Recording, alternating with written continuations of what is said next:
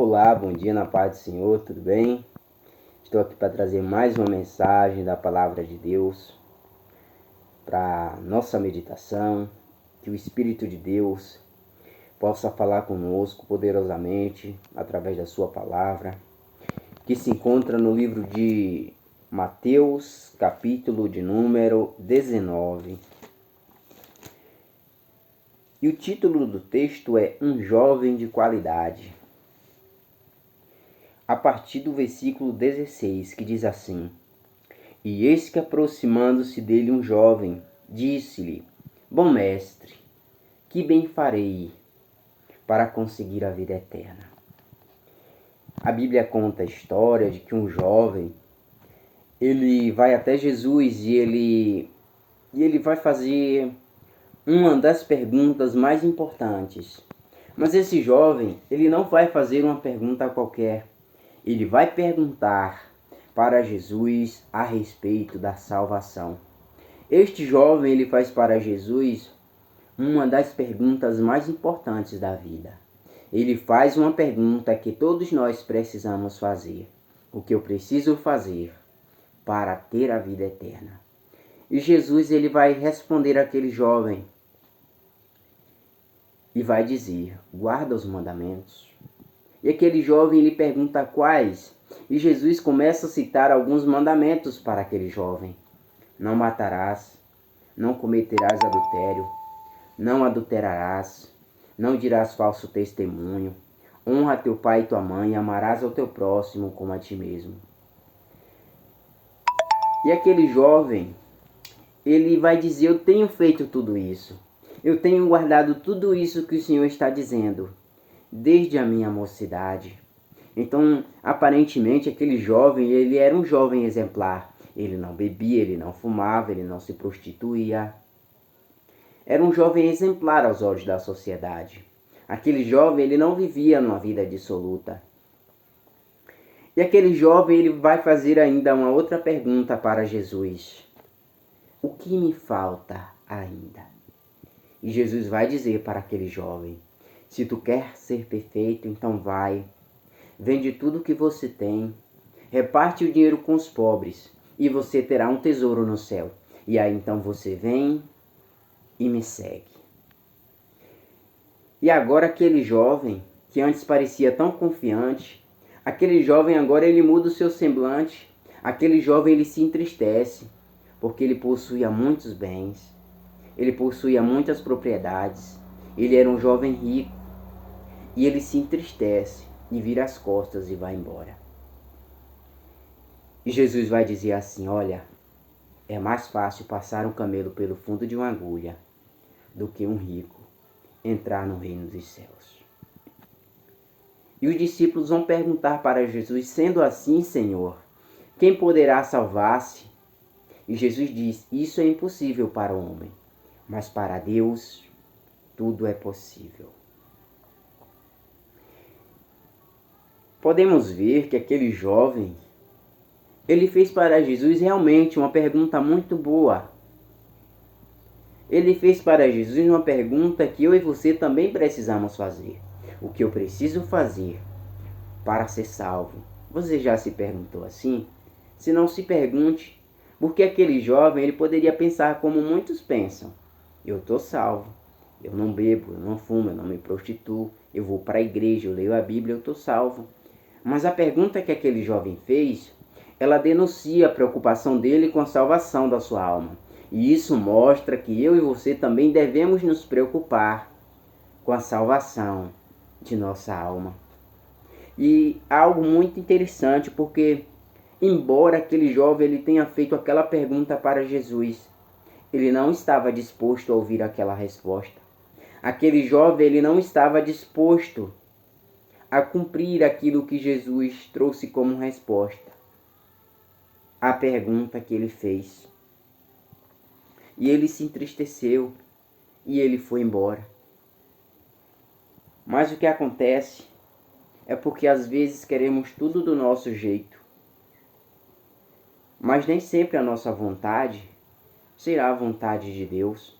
Aquele jovem, Apesar dele ter feito aquela pergunta, ele não estava disposto a cumprir aquilo que Jesus trouxe como resposta à pergunta que ele fez.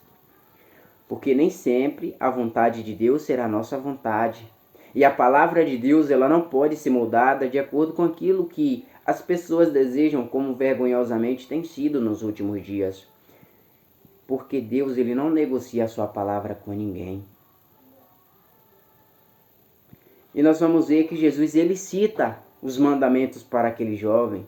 Isso quer dizer que nossa vida, ela deve ser sim pautada em obediência à palavra de Deus e que devemos viver segundo os preceitos de Deus.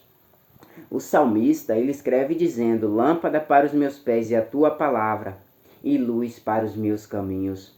Logo, se nós temos o pleno conhecimento da palavra de Deus e não vivemos de acordo com aquilo que a palavra de Deus nos ensina, ainda estaremos em trevas.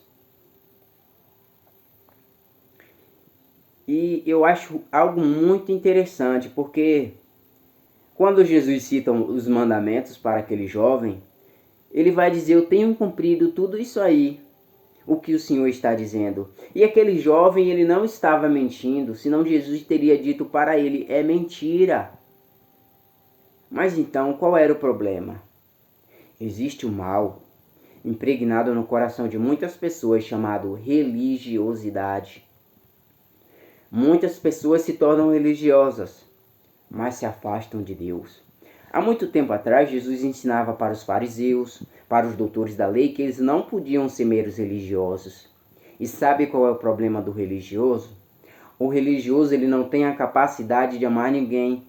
Ele vive com o dedo apontando para os outros. Eles se colocam como um salvo e põem todos os outros como perdidos. Mas nós não somos salvos por sermos religiosos, mas por reconhecer que somos pecadores e que somos carentes do perdão e da misericórdia de Deus e que passamos a seguir a Jesus Cristo todos os dias da nossa vida. O fato de estarmos na igreja, o fato de deixarmos de praticar algumas coisas não nos torna melhor do que ninguém. Mas o que Jesus nos ensina é termos o caráter dele e amar a Deus acima de todas as coisas e amar ao nosso próximo como a nós mesmos.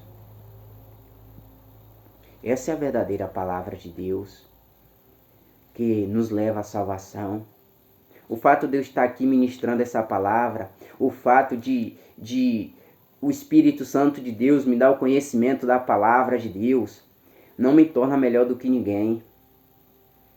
Mas eu preciso buscar cada dia ter o caráter de Cristo e amar ao meu próximo, viver em honestidade, ser um bom exemplo. É isso que Deus quer. Eu me lembro da crucificação de Jesus. Durante a crucificação de Jesus, nosso Senhor, ele foi posto ao lado de dois criminosos.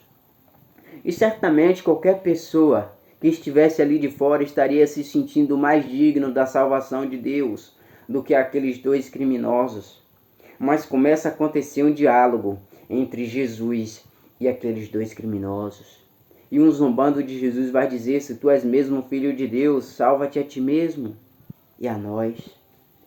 Mas o outro, ele diz bem assim: você não teme a Deus não? Nós merecemos estar aqui pelo crime que nós cometemos. Mas este homem, ele nada fez de errado. Aquele homem, ele passa a se arrepender verdadeiramente. Mas vem o principal. Ele vai reconhecer a Jesus Cristo como Filho de Deus. E ele vai dizer assim: Senhor Jesus, por favor, lembra-te de mim quando o Senhor for para a tua glória nos céus. Ele reconhece que Jesus é o Salvador, que Jesus é o Filho de Deus. E Jesus vai dizer bem assim para ele: na verdade, eu te digo que hoje mesmo tu estarás comigo no paraíso. Glória a Deus. Porque Jesus ainda faz questão de estar no versículo 30 desse texto que eu li. Porque muitos últimos serão primeiros e muitos primeiros serão últimos. Porque muitos vivem apenas uma religiosidade, não vivem o verdadeiro evangelho, não tem a capacidade de amar ninguém. Amor no coração só pode proceder de quem verdadeiramente conheceu a Deus. O religioso, ele não tem amor no coração. Ele tem apenas palavras. Tem apenas palavras baseadas em conhecimentos, em práticas religiosas, mas é incapaz de amar alguém. Mas aqueles que verdadeiramente conheceram Jesus conseguem olhar para o seu próximo com um olhar de amor, com um olhar de misericórdia, e conseguem ver nele a necessidade de Cristo e conseguem dar um abraço verdadeiro.